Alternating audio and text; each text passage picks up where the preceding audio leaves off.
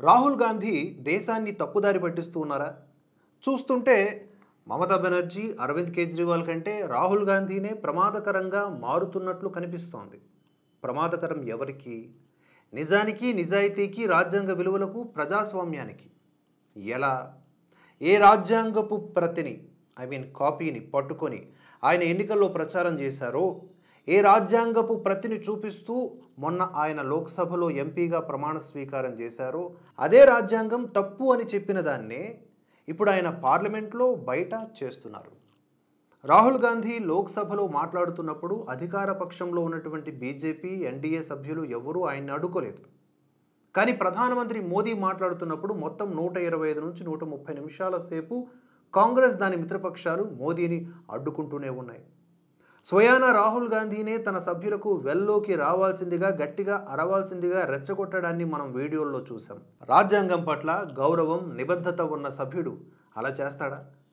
తాజాగా రాహుల్ గాంధీ దేశాన్ని పెద్ద ఎత్తున తప్పుదారి పట్టించే ప్రయత్నము చేశారు. ఇది వరకు మనం 2-3 సందర్భాల్లో చెప్పుకున్నాం. అయినా ఇది పదే పదే గుర్తు చేయాల్సినటువంటి విషయం కాబట్టి మరొకసారి మీ స్ఫురణలోకి తీసుకొస్తున్నా. ఏంటా వివరాలు అంటే, అజయ్ కుమార్ అనే మన సైనికుడు అగ్నిపథ్ ద్వారా సైన్యంలో ఉద్యోగం సంపాదించి అగ్నివీర్గా పనిచేస్తూ విధి నిర్వహణలో మరణించారు. అలాంటి వారికి అమరవీరులు అనే హోదాను కల్పిస్తారు. రాహుల్ గాంధీ లోక్సభలో మాట్లాడుతూ అజయ్ కుమార్కు కేంద్ర ప్రభుత్వం ₹1 కూడా పరిహారంగా చెల్లించలేదని, అగ్నివీర్ పథకాల ద్వారా మోదీ ప్రభుత్వం సైనికులు, యువకులకు అన్యాయం చేస్తోందని ఆరోపించారు. అది నిజమే అయితే ఆరోపించడానికి, పార్లమెంట్లో దాన్ని లేవనెత్తడానికి రాహుల్ గాంధీకి పూర్తి హక్కు ఉంది. కానీ ఆయన దేశానికి అబద్ధం చెప్పారు. పార్లమెంటు సాక్షిగా, అది కూడా గౌరవప్రదమైన ప్రతిపక్ష నాయకుడి హోదాలో. ఇప్పుడు ఆ అంశానికి సంబంధించిన అసలు వాస్తవాలు ఏంటో చూద్దాం. అజయ్ కుమార్ అనే ఒక అగ్నివీర్ సైనికుడు మరణించారు.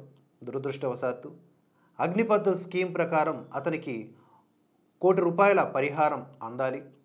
అంటే పరిహారంగా చెప్పినటువంటి డబ్బుని అతని కుటుంబానికి కేంద్ర ప్రభుత్వం, సైన్యం చెల్లించాలి. మోదీ ప్రభుత్వంలోని కేంద్ర ప్రభుత్వం చెల్లించిందా అంటే ఎస్, చెల్లించింది. ఈ రాహుల్ గాంధీ చేసినటువంటి ఆరోపణ నిజమా కాదా అని కనుక్కోవడానికి జాతీయ మీడియా జర్నలిస్టులు అజయ్ కుమార్ ఇంటికి వెళ్ళారు. అప్పుడు అక్కడ అతని సోదరి బక్షోదేవి ఉన్నారు. మీకు కేంద్ర ప్రభుత్వం నుంచి పరిహారం ₹1 కూడా అందలేదని రాహుల్ గాంధీ ఆరోపిస్తున్నట్లుగా, నిజంగానే మీకు డబ్బు అందలేదా అని అడిగితే, ఆమె మాకు డబ్బు అందింది, ఫిబ్రవరి 13వ తేదీన ₹50 లక్షలు, జూన్ 10, 2024వ తేదీన మరో ₹48 లక్షల పైచులకు అందింది అని చెప్పింది. మరి మీకు అందలేదని రాహుల్ గాంధీ ఆరోపిస్తున్నారు అని విలేకరులు అంటే, అందుకు ఆమె ఇచ్చినటువంటి సమాధానం ఏంటో తెలుసా? నేను మా నాన్న, ఆ నాన్నగారి పేరు చరణ్జిత్, నేను మా నాన్నను చెబుతూనే ఉన్నాను, అబద్ధం చెప్పకండి, జరిగిన వాస్తవమే చెప్పండి అని. అంటే అజయ్ కుమార్ తండ్రి చరణ్జిత్ అబద్ధం చెప్పారా? నిజానికి చరణ్జిత్ చేత అబద్ధం చెప్పించారు. ఇప్పుడు స్వయంగా చరణ్జిత్ చెప్పినటువంటి మాటలు ఏంటో తెలుసుకుందాం. మే 29న రాహుల్ గాంధీ ఆయనతో మరికొందరు మా ఇంటికి వచ్చారు. ఎవరైనా అడిగితే మాకు పరిహారం అందలేదు అని మీరు చెప్పండి. మేము రాహుల్ గాంధీ, కాంగ్రెస్ పార్టీ దాన్ని పార్లమెంట్లో లేవనెత్తి హంగామా సృష్టిస్తాము అని ఒత్తిడి చేయడంతో పరిహారం అందలేదని చెప్పాను. ఏం చేయాలి మరి అని చెప్పాడు ఆన్సర్. చరణ్జిత్ చేత ఎంత పచ్చి అబద్ధం చెప్పించారో చూడండి. పరిహారంగా డబ్బును ఏ బ్యాంకు ద్వారా చెల్లించారో ఆ ఐసిఐసిఐ బ్యాంకు డబ్బు చెల్లించిన వివరాలను తన అఫీషియల్ వెబ్సైట్లో కూడా పెట్టింది.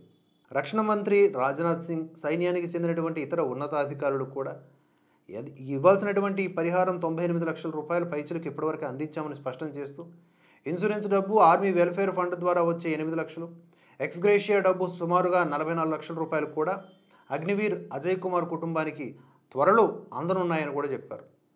₹98 లక్షల మాకు అందాయని స్వయంగా అందుకున్నవారు చెబుతూ ఉంటే, అందాల్సిన అమౌంట్ కూడా ఇంకొక 60 లక్షల దాకా ఉన్నప్పుడు వారి చేత అందలేదు అని అబద్ధం చెప్పించి కేంద్ర ప్రభుత్వానికి అండ్ ఇండియన్ ఆర్మీకి చెడ్డ పేరు తెప్పించేలా రాహుల్ గాంధీ కుటిల ప్రయత్నం చేసినట్లుగా ఈ సంఘటన ద్వారా స్పష్టంగా తెలుస్తోంది.